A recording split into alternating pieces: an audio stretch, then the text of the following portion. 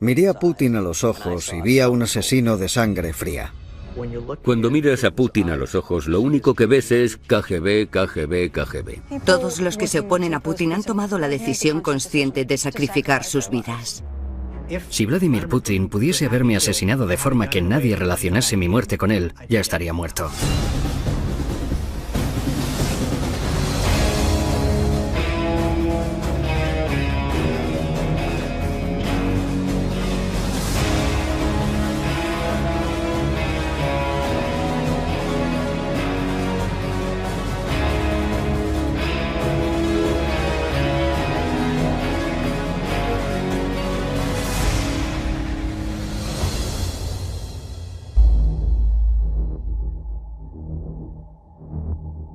Trabajando para el Consejo de Seguridad Nacional durante el mandato de 4 presidentes, he comprendido en profundidad cómo funciona la política en las altas esferas de Washington.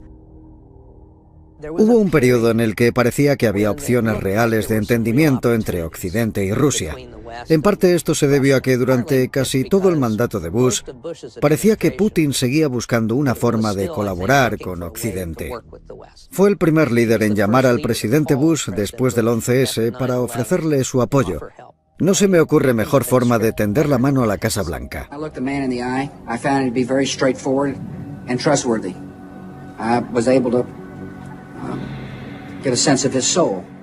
El presidente Bush se reunió con Putin y, como muchos recordarán después de eso, dijo que le había mirado a los ojos y que sentía que había visto su alma.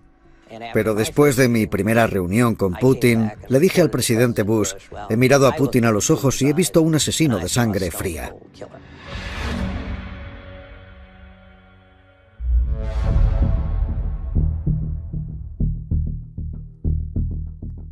He recorrido Rusia de cabo a rabo.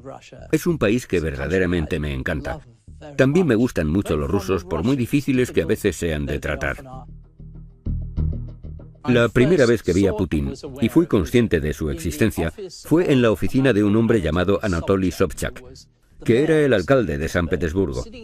Sentado en un escritorio junto a él, estaba ese personaje bajito, un tanto astuto, de pelo rubio y aspecto modesto.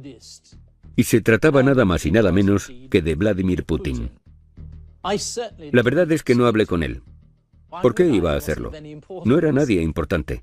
Para que nos entendamos, si hubiese tenido que hacer una lista de las 100 personas que más posibilidades tenían de llegar a primer ministro de Rusia, no habría incluido su nombre en la lista. Y creo que muchas otras personas sintieron algo parecido. Es impresionante que Putin haya llegado a primer ministro en tan poco tiempo.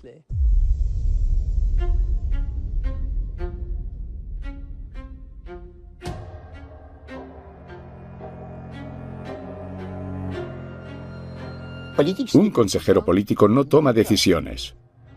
Su trabajo es escuchar a otros.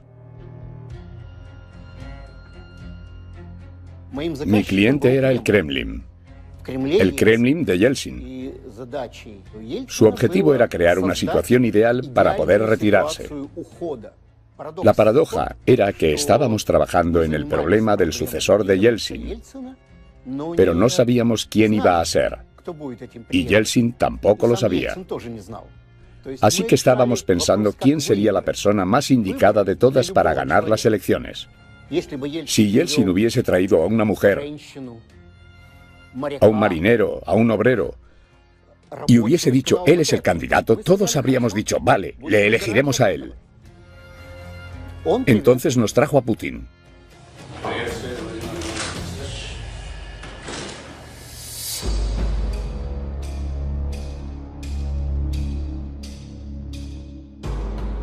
En los años 70 mis padres decidieron abandonar la Unión Soviética. Recuerdo que una vez le pregunté a mi madre que por qué habían tomado esa decisión y ella me dijo, podemos sacrificar nuestras vidas luchando contra este régimen o podemos irnos y vivir tranquilamente en otro lugar y no estamos dispuestos a sacrificar nuestras vidas. Durante la década de los 90 ocurrieron muchas cosas cuya legalidad era bastante cuestionable. Y en un momento dado, Yeltsin se dio cuenta de que si la oposición llegaba al poder, él tendría muchas posibilidades de ser procesado. Y sabía que era bastante probable que acabase pasando el resto de sus días en una prisión rusa. Y la forma más sencilla de evitar que eso ocurriese era consagrar al que sería su sucesor y asegurarse de que esa persona se encargase personalmente de garantizarle inmunidad frente a la fiscalía. Unos días antes de que Putin fuese nombrado primer ministro, comenzó una oleada de ataques terroristas. The midnight explosion collapsed 64 apartments, one on top of the other. The living have been rescued. All that remains is the dead. Putin tomó el puesto de comandante en jefe y Yeltsin se lo permitió. Это вызов уже не государству, это вызов народу. И поэтому ответ должен быть соответствующий. Он должен быть сверхжестким. Y su popularidad se disparó. De esta forma pasó de no tener reconocimiento público a ser conocido por todos los habitantes del país, además de convertirse en el político más popular de Rusia, y todo esto en el transcurso de 2 meses. Después de la primera explosión en un edificio de apartamentos, fui al despacho de mi editora y me dijo: hay gente que piensa que ha sido obra del FSB. El FSB es la agencia que sustituyó al KGB. Todos nos reímos porque era una idea demasiado descabellada. Pero entonces ocurrió algo muy extraño. Un político que estaba hablando en el Parlamento ruso se refirió a la catastrófica explosión ocurrida en Volgodonsk. El único problema era que esa mención se produjo 3 días antes de que tuviese lugar la explosión. Así que en 6 meses pasé de reírme de la idea de que esto podría ser obra del FSB a pensar que esa era la explicación más plausible, que esto era un plan para que Putin pasase de ser un político desconocido a convertirse en el más popular del país. Sabiendo lo despiadado que puede llegar a ser Putin, no me sorprendería lo más mínimo que los servicios de inteligencia rusos estuviesen detrás de las explosiones.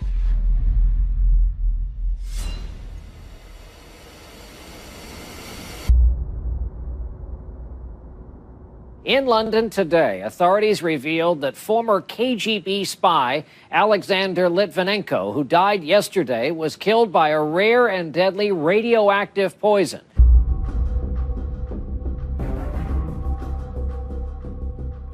Sasha trabajaba para el FSB luchando contra el crimen organizado, pero de pronto se dio cuenta de que algo iba mal. Concretamente se trataba de la corrupción que se había extendido por todo el FSB. Sasha dijo abiertamente: el FSB se ha convertido en una organización muy peligrosa. He was in charge of the internal investigation unit looking into corruption within the Russian intelligence service. He found a lot. He made a great deal of enemies.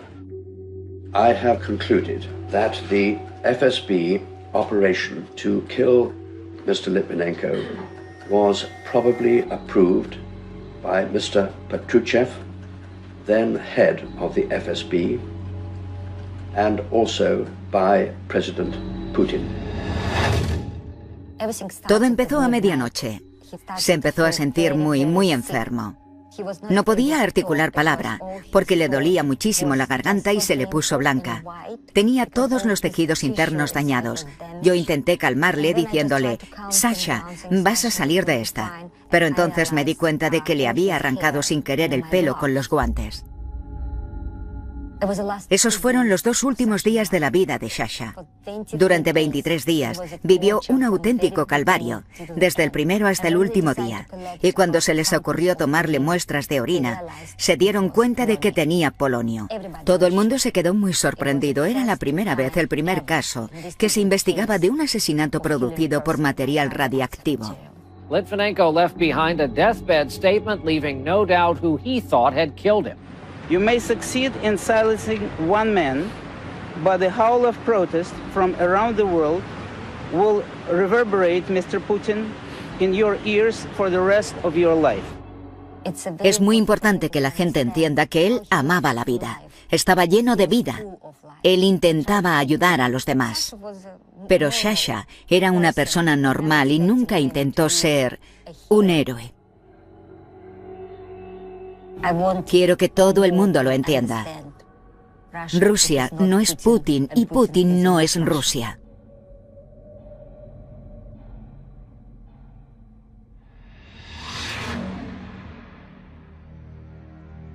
Si tuviese que nombrar así a bote pronto personas que han muerto en circunstancias misteriosas y a las que Putin tenía razones para querer ver muertas, podría empezar con Anatoly Sobchak, que murió de un misterioso ataque al corazón; Sergei Yushchenkov, un parlamentario asesinado de un disparo delante de su apartamento; Yuri Sekosygin, periodista de investigación y miembro del Parlamento, muerto por una misteriosa reacción alérgica; Stanislav Markelov, un abogado activista por los derechos humanos; y Anastasia Baburova, que pasaba en ese momento a su lado; Natalia Stemirova, activista por los derechos humanos chechena, secuestrada y hallada muerta; Ana Politkovskaya, periodista de investigación que sobrevivió a un intento de asesinato por envenenamiento y que finalmente fue tiroteada en su bloque de apartamentos.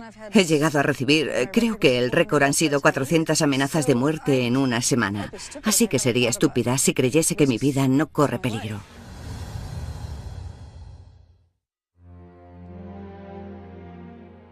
Un país en el que las principales figuras disidentes son asesinadas es un país en el que vive alguien fácilmente irascible.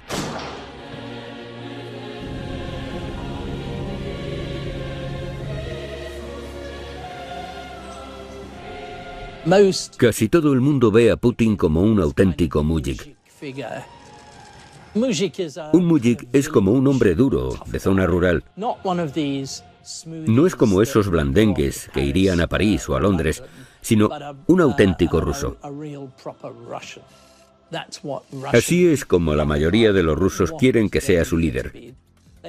Quieren a alguien que no pida perdón, a un tío duro que sea capaz de darle un puñetazo en la cara a alguien nada más conocerle.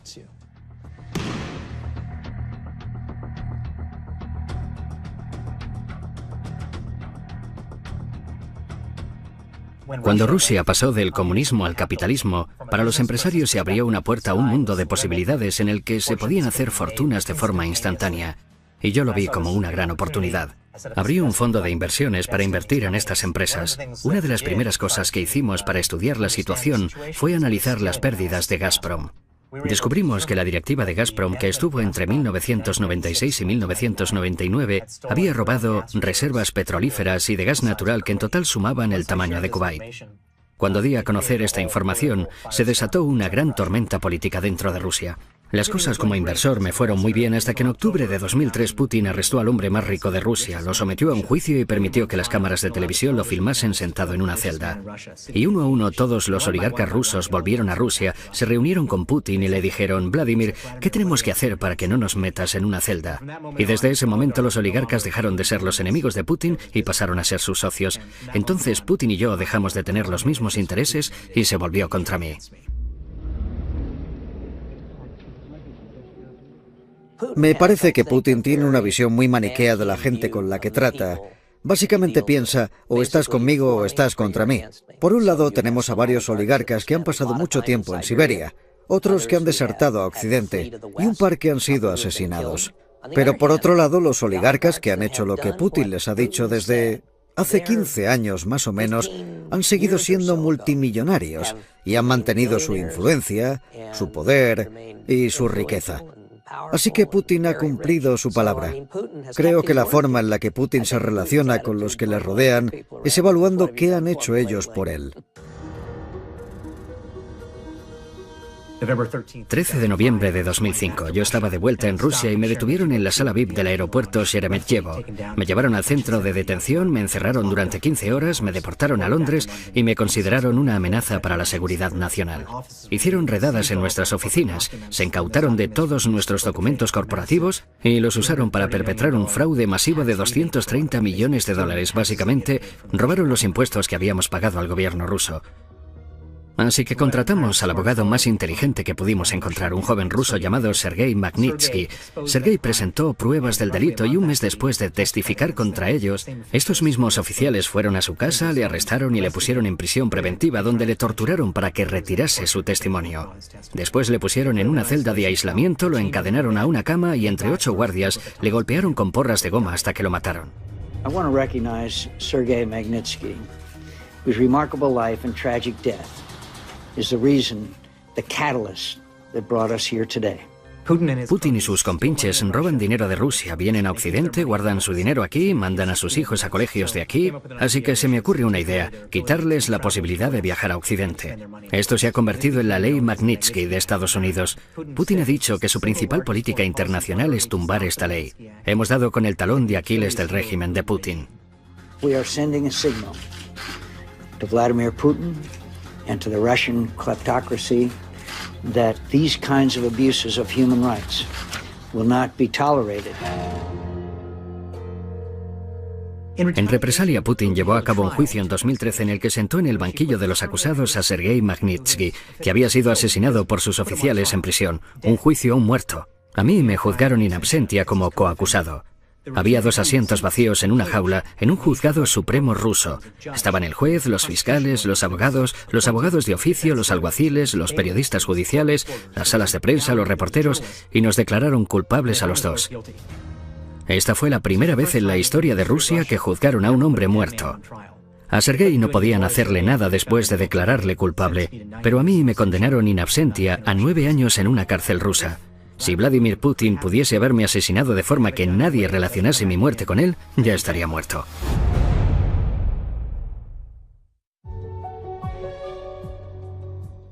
Putin era un teniente coronel de la KGB destinado en Dresden, en Alemania del Este.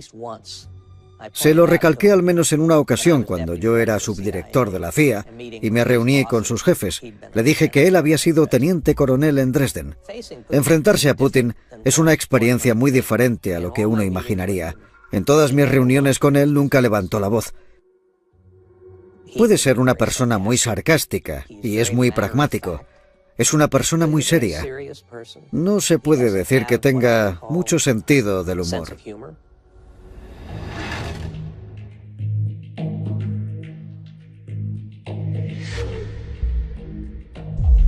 Cuando eres el director de la CIA y del Departamento de Inteligencia, tienes una idea bastante acertada de cómo piensa una persona que trabaja en inteligencia. Tienes bastante claro cómo actúa Putin, porque antes hacía exactamente lo mismo: llevar a cabo operaciones de inteligencia, llevar a cabo operaciones de espionaje, intentar debilitar nuestro país por todos los medios posibles. Él actúa creyendo que puede hacer todo lo que quiera. Y cuando una persona cree que puede actuar así, estamos ante alguien muy peligroso. Cuando miras a Putin a los ojos, lo único que ves es KGB, KGB, KGB. Vladimir Putin era el jefe de la policía secreta. Se trata de una organización que mata, envenena, asesina, y por eso no tengo ninguna duda de que todos los asesinatos de personas importantes que se han producido en Rusia se han llevado a cabo con el beneplácito de Putin, y posiblemente también hayan sido ejecutados por orden suya. Durante cientos de años, el Estado ruso ha utilizado el veneno como arma contra sus enemigos.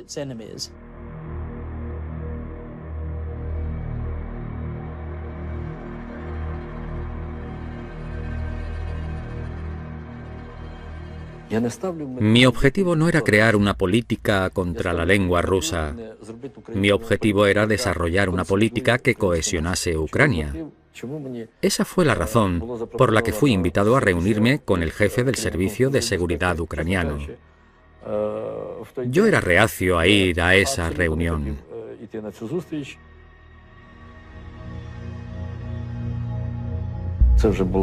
Ya eran las 10 o las 11 de la noche y la reunión ya había terminado. Pero trajeron un poco más de comida a la mesa y me invitaron a quedarme un rato más para probarla. Fue el único plato que sirvieron en pequeñas raciones individuales. En cuanto probé el primer bocado, sentí un dolor de cabeza muy fuerte. A los 2 o 3 minutos, el dolor se volvió insoportable. Entonces se me empezó a hinchar la cara hasta ser el doble de su tamaño normal. La piel se me puso azul y rosa.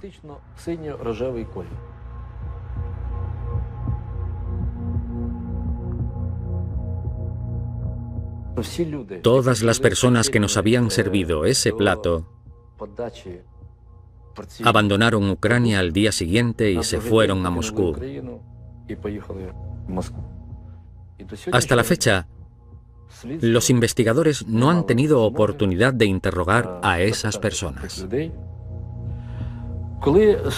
Cuando los investigadores analizaron las características del veneno, una dioxina, solicitaron información a los 4 laboratorios del mundo que producen ese tipo de toxina.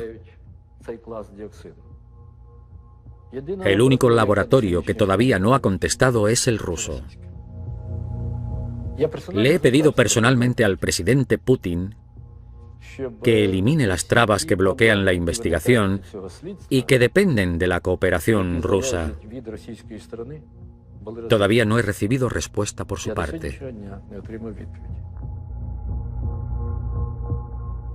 Wir haben unsere Untersuchungen in den letzten 24 Stunden größtenteils abgeschlossen, dass bei Herrn Dr. Juschenko eine Vergiftung mit Dioxin vorliegt. Putin asistió a la conferencia de seguridad de Múnich en febrero de 2007. Yo estaba sentado junto al pasillo, en la primera fila, y Putin estaba justo al otro lado del pasillo, también en la primera fila. A su lado estaba Angela Merkel, la canciller alemana, y junto a ella el presidente de Ucrania, Yushchenko, que creía, y tenía razones para hacerlo, que la KGB había intentado envenenarle. Tenía la cara picada como resultado del envenenamiento.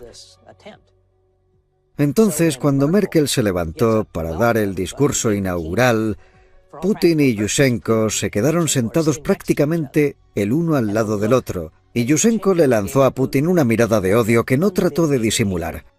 Fue impresionante.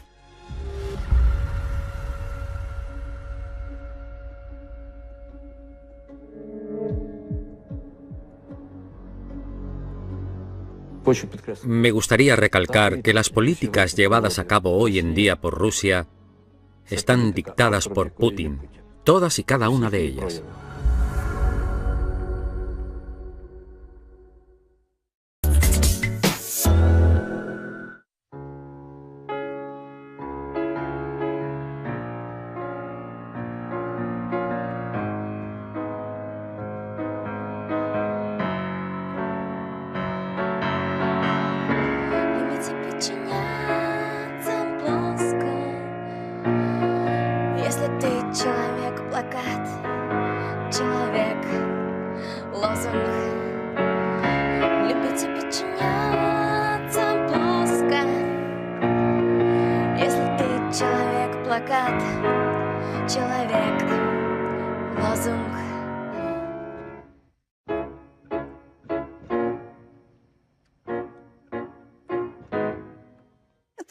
En este momento, los que se oponen a Putin de forma activa en Rusia son personas que han tomado la decisión consciente de sacrificar sus vidas para combatir este régimen.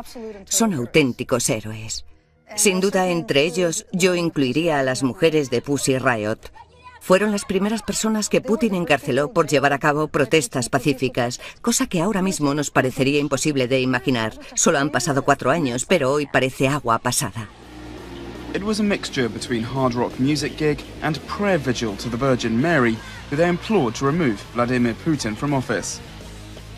Several days later, alleged participants in this punk prayer protest were detained. The young women now face 7 years in jail for hooliganism.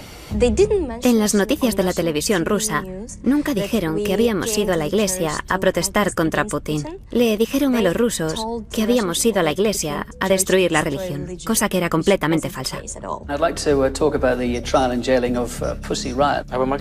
Could you please translate the name of the band into Russian? Pussy Riot, the punk band. I don't know what you call them in Russian, sir. Maybe you could tell me. The attacks had a devastating effect on all our traditional religions, and so in general I think the state has to protect the feelings of believers. I will not comment on whether the verdict is well-grounded and the sentence proportionate to the offense. В этой стране все такого рода решения принимает только один человек, Путин, больше никто. Поэтому, конечно, будет принимать решение сам лично Владимир Путин. Mantuve una correspondencia activa con ellas y visité a una de ellas mientras estaba en prisión. Eso es el Gulag tal y como lo describió Solzhenitsyn. Descubrí el infierno en el que viven. Sufren trabajos forzosos, privación de sueño, inanición, tortura. Es una humillación física y emocional las 24 horas del día. Es muy difícil no venirse abajo. Ellas lo consiguieron. Mantuvieron la entereza, aunque vi como Nadia estuvo a punto de venirse abajo.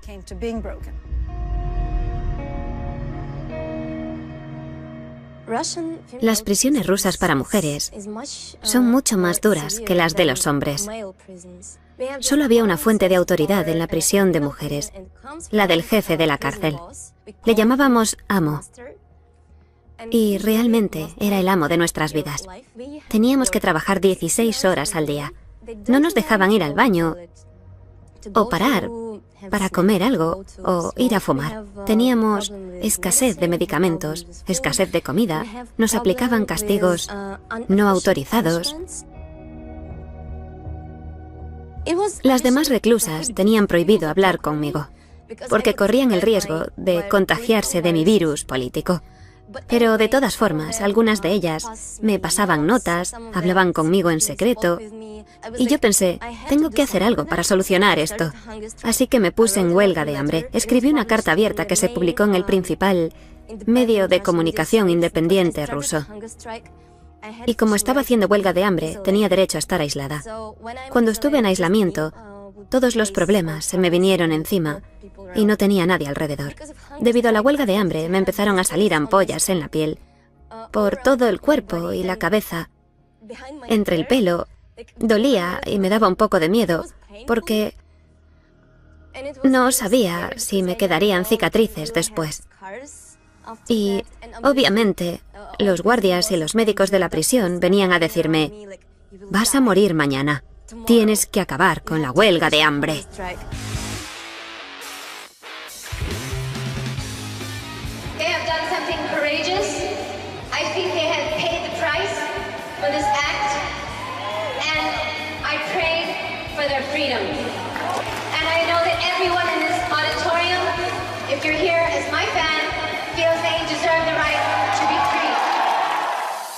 Esperábamos estar en prisión unos 3 años. Así que estar dentro solo 2 años no está tan mal en comparación. Y seguramente nos encerraron durante 2 años gracias a la atención de los medios y a toda la gente que nos estaba apoyando. Y les estamos muy agradecidos a todos. El jefe de todo es Vladimir Putin. Estoy segura de que sabía de nuestra situación. Sabe lo que pasa en las prisiones rusas. Y además le parecerá estupendo. Porque cree que la población debe estar asustada. Es una fórmula que le ha funcionado a todos los dictadores. Y a Putin también le está funcionando.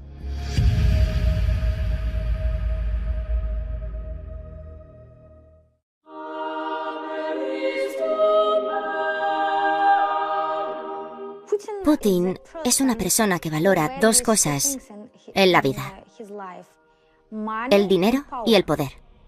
La vida de las personas no tienen valor para él. Mi padre era el líder de la oposición y creía que su misión era luchar contra Putin. No contra aquellas personas que trabajaban con Putin, sino directamente contra Putin. Enfrentarse es confrontarse. Y mi padre se enfrentó a Putin porque quería que nuestro país no se basase en lo que decía Putin. Su frase favorita era Rusia sin Putin. Мы должны сказать, хватит маразму. Мы должны сказать, Россия и Украина без Путина. Россия y Ucrania без Putina. Mi padre sufrió cada vez más presiones. Le detuvieron 2 veces por participar en protestas. En protestas autorizadas por el ayuntamiento de la ciudad. Lanzaron una gran campaña de difamación contra mi padre. Мне кажется, что те, кто говорят о какой-то диктатуре, сами о ней мечтают.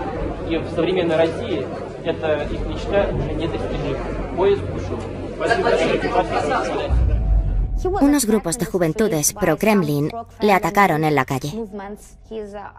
Le pincharon el teléfono móvil y publicaron una de sus conversaciones privadas. Se consideraba a mi padre como un traidor a la patria. Esto le generó mucho estrés porque él se veía a sí mismo, y esto es totalmente cierto, como un político 100% prorruso. Él quería lo mejor para Rusia y luchó por mejorar su país. Sacrificó muchas cosas para conseguirlo, hasta que acabó sacrificando su vida. There is more breaking news tonight. One of Vladimir Putin's top opponents, who just last week was quoted in Russian media saying, quote, "I'm scared that Putin will kill me," has been gunned down in Moscow, shot in the back. Creo que fue una gran conmoción para todo el mundo.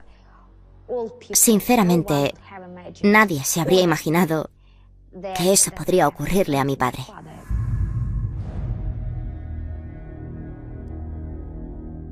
La única forma de que alguien pudiese haber llevado a cabo un asesinato enfrente del Kremlin contra el político más querido de la oposición sería por instrucción explícita de Vladimir Putin.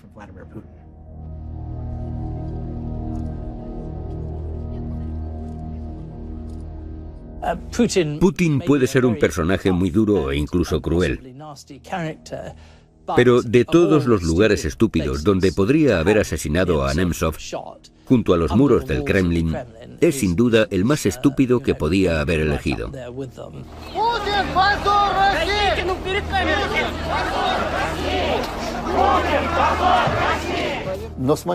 Después del asesinato de Nemtsov, cambió nuestra situación. Y la opinión con respecto a Putin también cambió. Es muy improbable que vuelva a dar una orden como esa. Sin embargo, ha creado un sistema en el que algo así puede ocurrir de nuevo sin él. Nemtsov fue asesinado bajo las ventanas de Putin. Fue un revés muy duro para la autoridad de Putin y su capacidad de controlarlo todo. Era evidente que Putin se vio muy afectado por el asesinato, porque desapareció durante algunos días. Se dio cuenta de que la calle no estaba bajo su control.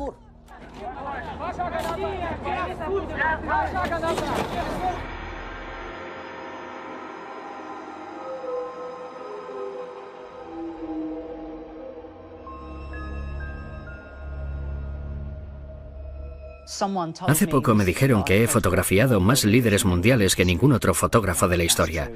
No sé si es cierto, pero estoy muy familiarizado con el poder y es algo que me fascina. No hay nadie como Putin. Nadie. Es diferente. No se esfuerza en ser como es.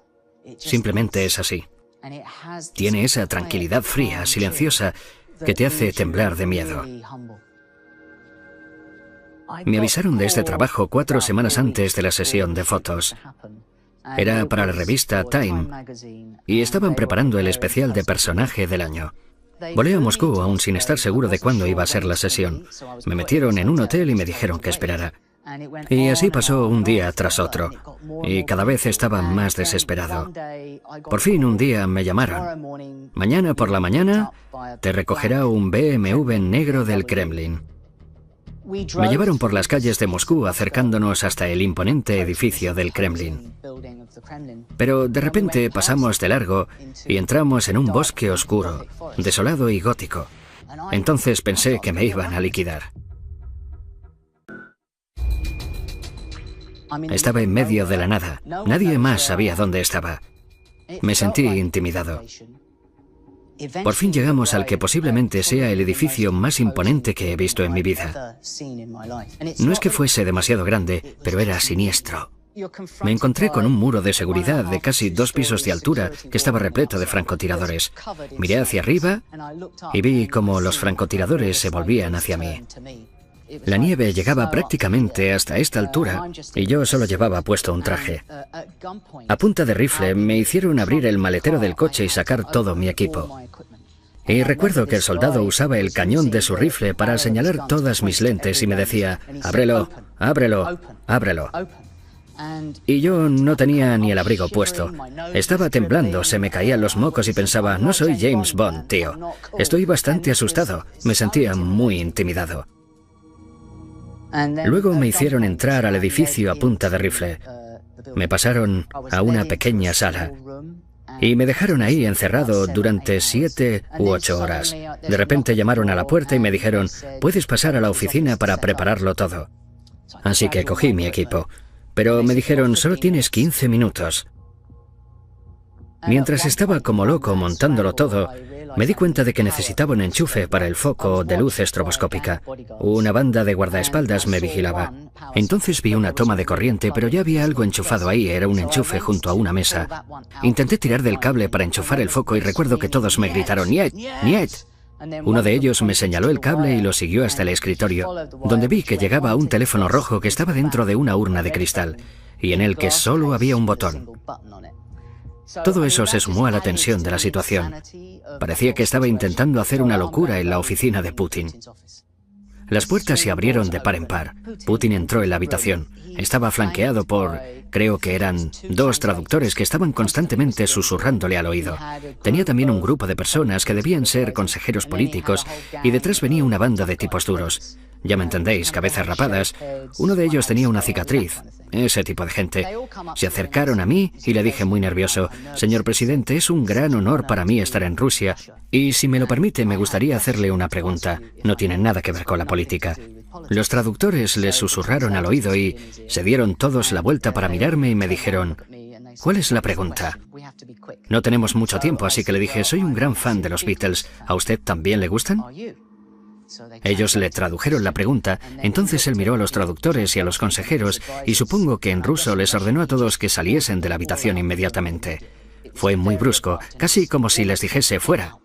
Así que nos quedamos Putin, la banda de tíos duros y yo. Y de nuevo, no sabía qué era lo que iba a pasar, ¿me entendéis? ¿Había hecho algo terrible? ¿No debía haber tenido ese comportamiento humano? ¿No debería haber sido una persona normal y haberle preguntado esa pregunta que tantas ganas tenía de hacerle? Entonces me miró y en un perfecto inglés me dijo, me encantan los Beatles. Yo le contesté, no sabía que hablase inglés. Y él simplemente asintió en silencio. No habla demasiado, es bastante callado. Pero tiene una especie de carisma cristalino en los ojos. Entonces me dijo, ¿qué quieres hacer? ¿Vamos allá? Recuerdo que mientras estaba enfocando la cámara, me estaba costando mucho evitar que me temblase la mano. Al final acabé a 4 centímetros de su nariz. Podía sentir su respiración en mis manos mientras enfocaba la cámara. Desde ese ángulo, cuando le miré a los ojos, vi puro poder.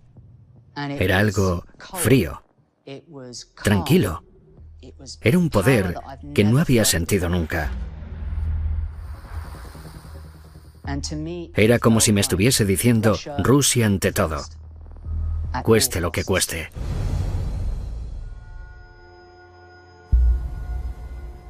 Técnicamente, Putin puede ser presidente de Rusia hasta 2024. Creo que va a hacer lo imposible por ser el presidente de Rusia durante el resto de su vida, que va a cambiar la Constitución de alguna forma para poder ser reelegido continuamente, como pasaba en las elecciones que se celebraban durante la Unión Soviética, donde el resultado estaba decidido de antemano. Empezó a gobernar un país en un momento muy doloroso de su historia. Aún no se había recuperado del totalitarismo, no se había recuperado del gobierno comunista, aún no se había reconciliado con su memoria, destruyó la cultura volviendo a implantar un estado totalitario, y no sé si Rusia se volverá a recuperar del impacto de este periodo. Se mueve rápidamente. En cuanto ve una oportunidad, intenta aprovecharla. Cree que, reafirmando su poder, puede llegar a controlar el devenir de los acontecimientos. Pero no ha pensado fríamente a dónde lleva todo esto. Creo que se ha embarcado en una misión que no va a tener buenos resultados.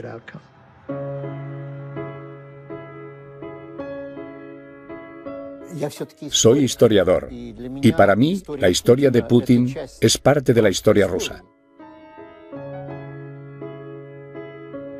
Y la historia rusa es una serie de interminables derrotas. No ha habido casi nadie que no haya sido derrotado. No tenemos casi ningún triunfador. Por eso entiendo a Putin. Esta es una parte muy triste de la historia rusa.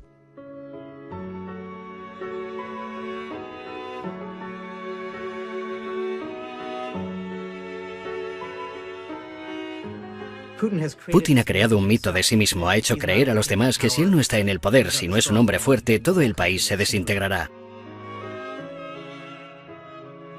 El pueblo ruso se merece algo mejor y Rusia también se merece algo mejor. Librarse de Putin sería solo la primera piedra del camino para Rusia. Se convirtió en presidente porque fue capaz de prometerle a Boris Yeltsin que protegería a la familia Yeltsin y todo el dinero que ésta había robado. Y ha mantenido su palabra. Hoy en día no hay nadie en Rusia que pueda prometerle lo mismo a Vladimir Putin. Personalmente creo que va a salir de su despacho con los pies por delante.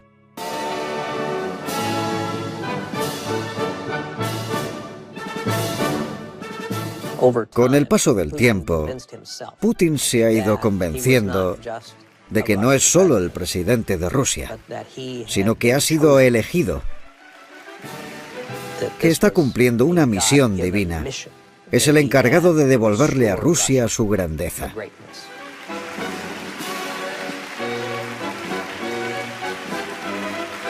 Contra este régimen, o podemos irnos y vivir tranquilamente en otro lugar, y no estamos dispuestos a sacrificar nuestras vidas. Durante la década de los 90 ocurrieron muchas cosas cuya legalidad era bastante cuestionable. Y en un momento dado, Yeltsin se dio cuenta de que si la oposición llegaba al poder, él tendría muchas posibilidades de ser procesado. Y sabía que era bastante probable que acabase pasando el resto de sus días en una prisión rusa. Y la forma más sencilla de evitar que eso ocurriese era consagrar al que sería su sucesor y asegurarse de que esa persona se encargase personalmente de garantizarle inmunidad frente a la fiscalía. Unos días antes de que Putin fuese nombrado primer ministro, comenzó una oleada de ataques terroristas. The midnight explosion collapsed 64 apartments, one on top of the other. The living have been rescued. All that remains is the dead. Putin tomó el puesto de comandante en jefe y Yeltsin se lo permitió. Это вызов уже не государству, это вызов народу. И поэтому ответ должен быть соответствующий. Он должен быть сверхжестким. Y su popularidad se disparó. De esta forma pasó de no tener reconocimiento público a ser conocido por todos los habitantes del país, además de convertirse en el político más popular de Rusia, y todo esto en el transcurso de 2 meses. Después de la primera explosión en un edificio de apartamentos, fui al despacho de mi editora y me dijo, hay gente que piensa... Su apoyo. No se me ocurre mejor forma de tender la mano a la Casa Blanca.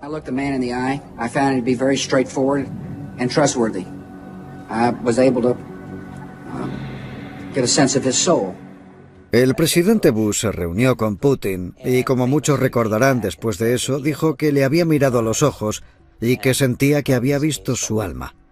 Pero después de mi primera reunión con Putin, le dije al presidente Bush, he mirado a Putin a los ojos y he visto un asesino de sangre fría.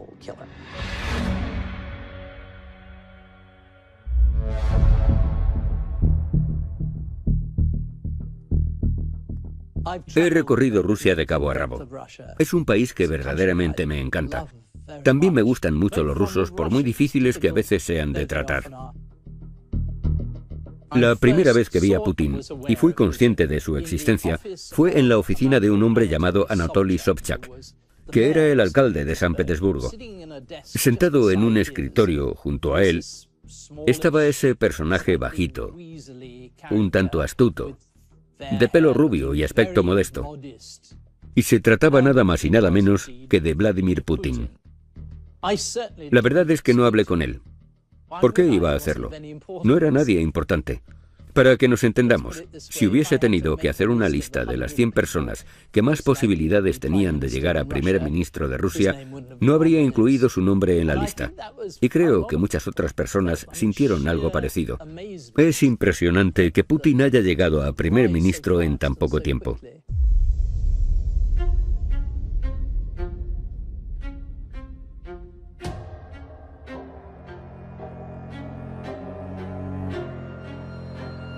Un consejero político no toma decisiones. Su trabajo es escuchar a otros. Mi cliente era el Kremlin de Yeltsin. Su objetivo era crear una situación ideal para poder retirarse. La paradoja era que estábamos trabajando en el problema del sucesor de Yeltsin, pero no sabíamos quién iba a ser, y Yeltsin tampoco lo sabía. Así que estábamos pensando quién sería la persona más indicada de todas para ganar las elecciones. Si Yeltsin hubiese traído a una mujer, a un marinero, a un obrero, y hubiese dicho, él es el candidato, todos habríamos dicho, vale, le elegiremos a él. Entonces nos trajo a Putin.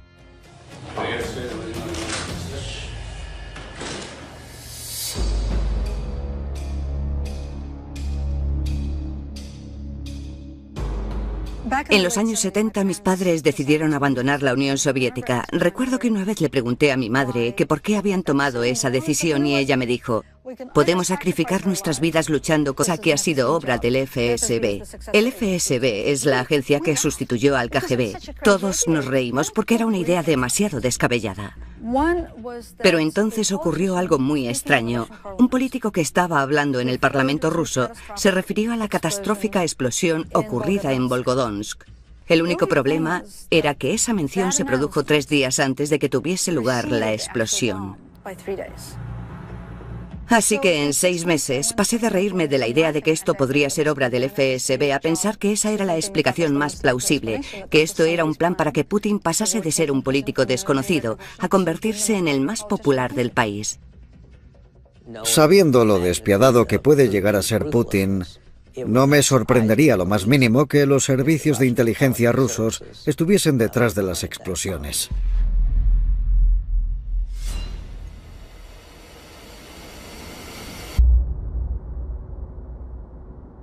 In London today, authorities revealed that former KGB spy Alexander Litvinenko, who died yesterday, was killed by a rare and deadly radioactive poison.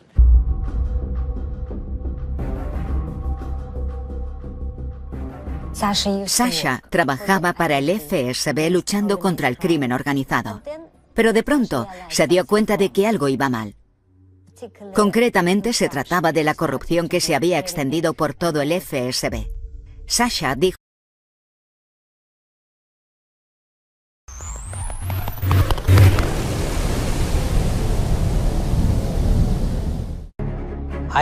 Miré a Putin a los ojos y vi a un asesino de sangre fría. Cuando miras a Putin a los ojos, lo único que ves es KGB, KGB, KGB. Todos los que se oponen a Putin han tomado la decisión consciente de sacrificar sus vidas. Si Vladimir Putin pudiese haberme asesinado de forma que nadie relacionase mi muerte con él, ya estaría muerto.